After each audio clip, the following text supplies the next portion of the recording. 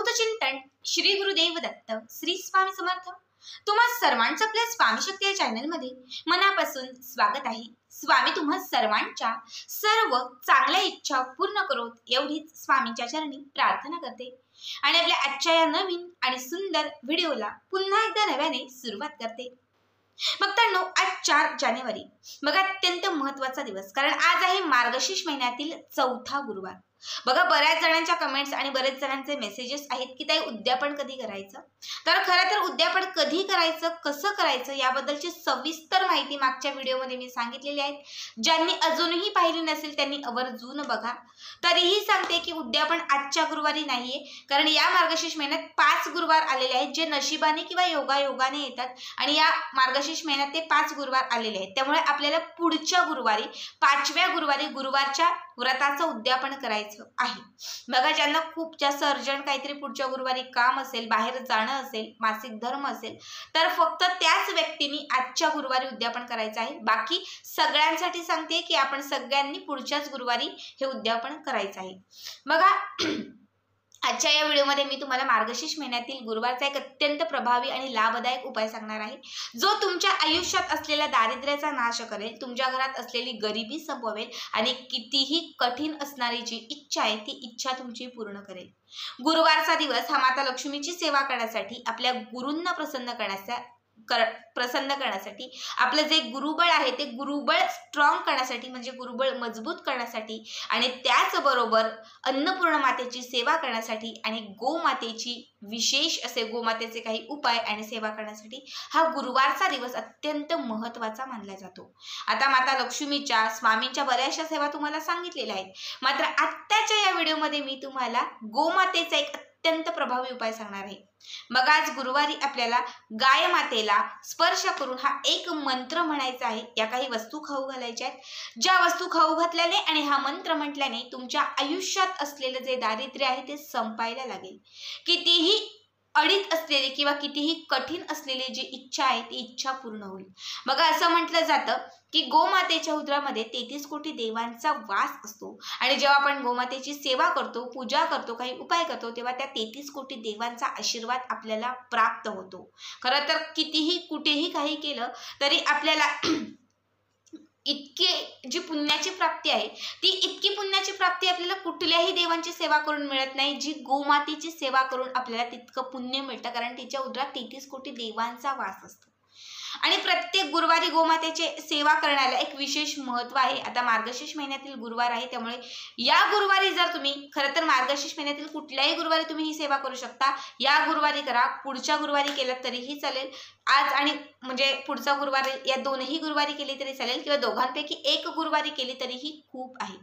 बघा तुम्ही माता लक्ष्मीची पोथी वाचत असाल तर त्या पोथीमध्ये देखील दिलेलं आहे की गुरुवारच्या दिवशी गोमातेची सेवा करण्याला किती महत्त्व आहे आणि गोमातेची सेवा कशी करायची। त्याचबरोबर गुरुवारच्या दिवशी गोमातेला नैवेद्य अर्पण केल्याने आपली 18 असं म्हटलं जातं की 18 पापांतून मुक्तता होते। त्याचबरोबर आपल्या आयुष्यात असलेली जी दरिद्री आहे ती दरिद्री समाप्त होते, आपल्या इच्छित मनोकामना पूर्ण होतात, आपली रखडलेली आणि अडलेली कामं मार्गी लागतात।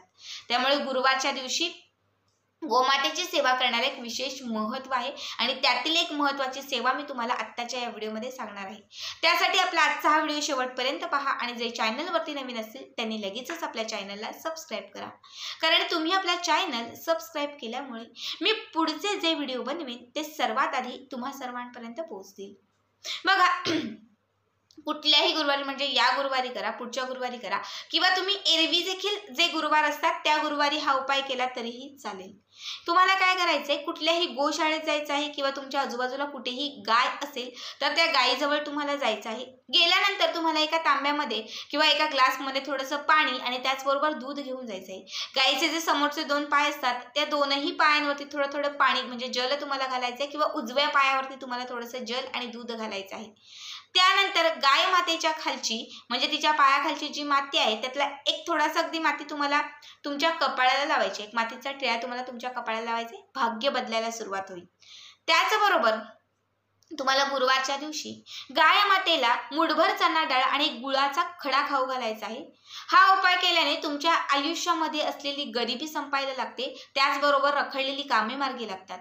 त्याचसोबत तुम्ही गुरुवारच्या दिवशी गाय मातेला थोडासा दुर्वा आणि हिरवा चारा खाऊ घालू शकता. आता शक्यतो बऱ्याच ठिकाणी मिळेलही, बऱ्याच ठिकाणी नाहीही मिळणार. जिथे ज्यांना मिळेल त्यांनी आवर्जून या गुरुवारच्या दिवशी गाय मातेला मुठभर, अगदी मुठभर हिरवा चारा आणि त्याच्यामध्ये थोड्याशा दुर्व्याच्या काड्या ठेवायच्या आहेत आणि दोनही हातामध्ये पकडून तुम्हाला त्या गाय मातेला खाऊ घालायच्या आहेत. हे केल्यानेही तुमच्या आयुष्यामध्ये असलेलं जी काही कठीणता किंवा जी काही संकट आहेत किंवा जे काही तुमच्या आयुष्यात आलेले विघ्न आहेत, ही सर्व संकट विघ्न टळून जातात आणि तुमच्यावरती 33 कोटी देवांचा आशीर्वाद प्राप्त होतो. यासोबतच तुम्हाला गुरुवारच्या दिवशी एक चपाती, ज्याला आपण गव्हाची पोळी म्हणतो, तर एक चपाती म्हणजे गव्हाची पोळी घ्यायची आहे, त्यावरती गुळाचा खडा ठेवायचा आहे किंवा मुठभर साखर ठेवायची आहे आणि ही चपाती म्हणजे ही गव्हाची पोळी आणि तुम्हाला साखर किंवा चपाती गाय मातेला खाऊ घालायची आहे. जी गोष्ट गाय मातेला खाऊ घातल्याने तुमच्या आयुष्यात जे दिवस किंवा जे संकट चालू आहे ती संकट आयुष्यातील विघ्न टळून जातील. त्याचबरोबर तुमचे दिवस पलटायला सुरुवात होईल. तुमच्या आयुष्यात असलेली जी कठीण कामं आहेत ती पूर्ण होतील आणि त्याचबरोबर इच्छित मनोकामना ज्या आहेत त्या देखील तुमच्या पूर्ण होत जातील. आता यासोबत आजचा सर्वात प्रभावी आणि सर्वात महत्त्वाचा उपाय मी तुम्हाला सांगणार आहे. तुम्हाला गाय मातेला तुमचा उजवा हात स्पर्श करायचा आहे, म्हणजे उजवा हात तुम्हाला लावायचा आहे आणि उजवा हात लावल्यानंतर हा एक मंत्र म्हणायचा आहे.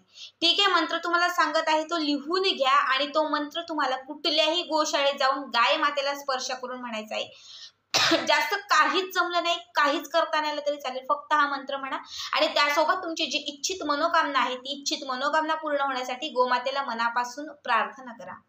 मंत्र कुठला आहे तो व्यवस्थित ऐका, एखाद्या पेजवरती किंवा एखाद्या पानावरती लिहून घ्या. सर्व काम दुधे देवी सर्व तीर्थे भिषेचणी, सर्व काम दुधे देवी सर्व तीर्थे भिषेचणी, पवित्री सुरभी श्रेष्ठे देवी तुभ्यम नमस्तुते. पुन्हा एकदा ऐका. सर्व काम दुधे देवी सर्व तीर्थे भिषेचणी, पावित्री सुरभी श्रेष्ठे देवी तुभ्यम नमस्तुते. हा मंत्र तुम्हाला 21 वेळा तरी म्हणायचा आहे. हात लावायचा गाय मातेला, गोमातेला आणि 21 वेळा हा मंत्र म्हणायचा आहे. प्रत्येक वेळी मंत्र म्हणत असताना इच्छित मनोकामना व्यक्त करायची आहे. त्यानंतर हा हात काढायचा आहे. जेव्हा हात काढाल तेव्हा तुमच्या कपाळावरून असा हा हात फिरवायचा आहे. बघा, भाग्य बदलायला सुरुवात होईल. तुमचं नशीब तुम्हाला साथ देईल.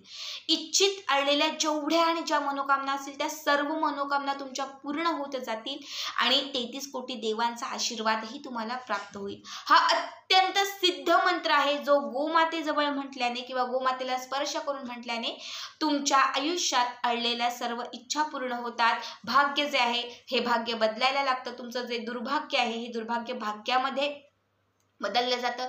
तुमचं नशीब तुम्हाला साथ देत जातं. अडलेली कामं मार्गी लागतात, रखडलेली कामं तुमची जी आहे ती मार्गी लागतात. त्याचबरोबर तुमच्या आयुष्यामध्ये असलेलं जे दारिद्र्य आहे, जी गरिबी आहे, ती गरिबी आणि दारिद्र्य यांची समाप्ती होते. अत्यंत साधा आणि सोपा उपाय आहे. आवर्जून हा उपाय नक्कीच करा. आजचा हा व्हिडिओ कसा वाटला कमेंट करा आणि असेच पुढचे व्हिडिओ पाहण्यासाठी चॅनलला सबस्क्राईब करा. भेटूयात पुन्हा एकदा अशाच एका नवीन सुंदर आणि छान व्हिडिओमध्ये. तोपर्यंत सर्वांना धन्यवाद.